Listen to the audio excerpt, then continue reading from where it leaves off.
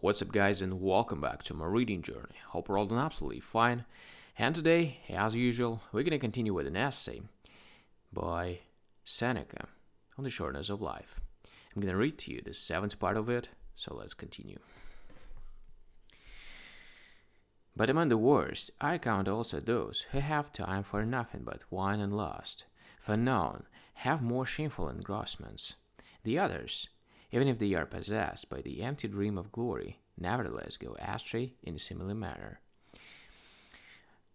Though you should cite to me the men who are avaricious, the men who are wrathful, whether busied with unjust hatred, or with unjust wars, these all sin in more manly fashion. But those who are plunged into the pleasures of the belly and into lust bear a stain that is dishonorable. Search into the hours of all these people, see how much time they give to accounts, how much to learn snares, how much to fear in them, how much to paying count, how much to being courted, how much is taken up in giving or receiving bail, how much by banquets.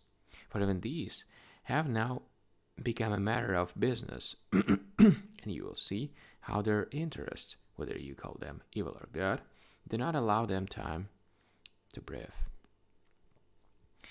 Finally, everybody agrees that no one pursuit can be successfully followed by a man who is busy with many things. Eloquence cannot, nor the liberal studies, since the mind, when its interests are divided, takes in nothing very deeply, but rejects everything that is, as it were, crammed into it. There is nothing that busy man is less busied with than living. There is nothing that is harder to learn. Of the other arts, there are many teachers everywhere. Some of them we have seen that mere boys have mastered so thoroughly that they could even play the master. It takes the whole life to learn how to live, and what will perhaps make you wonder more, it takes the whole of life to learn how to die. Many very great men, having laid aside all their encumbrances, having renounced riches, business, and pleasures, have made it their one aim up to the very end of life to know how to live. Yet the grand number of them have departed from life confessing that they did not yet know. Still less do those others know. Believe me, it takes a great man and one who has risen far above human wickedness, not to allow any of his time to be afflicted from him. And it follows that the life of such a man is very long because he has devoted wholly to himself, whatever time he has had. None of it lay neglected and idle.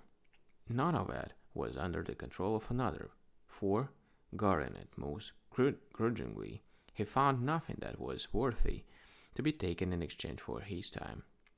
And so that man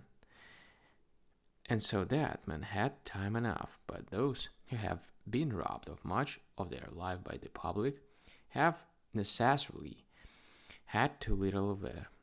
And there is no reason for you to suppose that these people are not sometimes aware of their loss. Indeed, you will hear many of those who are burdened by great prosperity cry out at times, in the midst of their throngs of clients, of their pleadings in court, or their other glorious miseries, I have no chance to live. Of course you have no chance. All those who summon you to themselves turn you away from you, your own self. Of how many days has that defendant robbed you? Of how many that candidate? Of how many that old woman wearied with barring her hairs? Of how many that man who is shaming sickness for the purpose of exciting the greed of the legacy hunters? Of how many that very powerful friend who has you and your like on the list, not of his friends but his retinue? Check off, I say, and review the days of your life, you will see that very few, and those that refuse, have been left for you. That man who had prayed for the fastest, when he attains them, desires to lay them aside and says over and over, when will this year be over?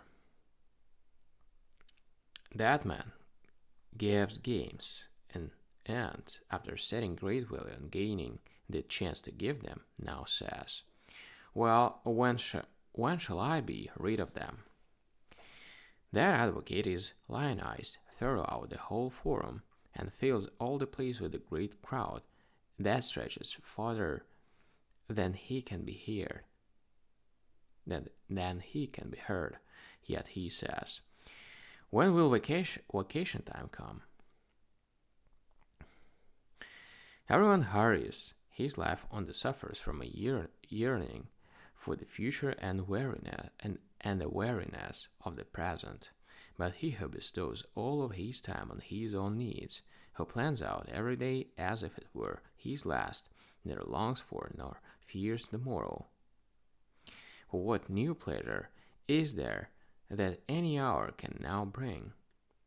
They are all known, all have been enjoyed to the full. Mistress Fortune may deal out the rest as she likes. His life has already found safety. Something may be added to it, but nothing taken from it. And he will take any addition as the man who is satisfied and filled takes the food which he does not desire and yet can halt. And so there is no reason for you to think that any man has lived long because he has gray hairs or wrinkles. He has not lived long, he has existed long. What if you should think that that man had had a long voyage, who had been caught by a fierce storm as soon as he left harbor, and swept hither and thither by a succession of winds that raged from different quarters, had been driven in a circle around the same course? Not much voyaging did he have, but much tossing about. Right, guys. We've done with this part for today. And as usual, we're going to continue tomorrow the next one. So, thank you for joining today in this video. Gonna see you tomorrow. Bye.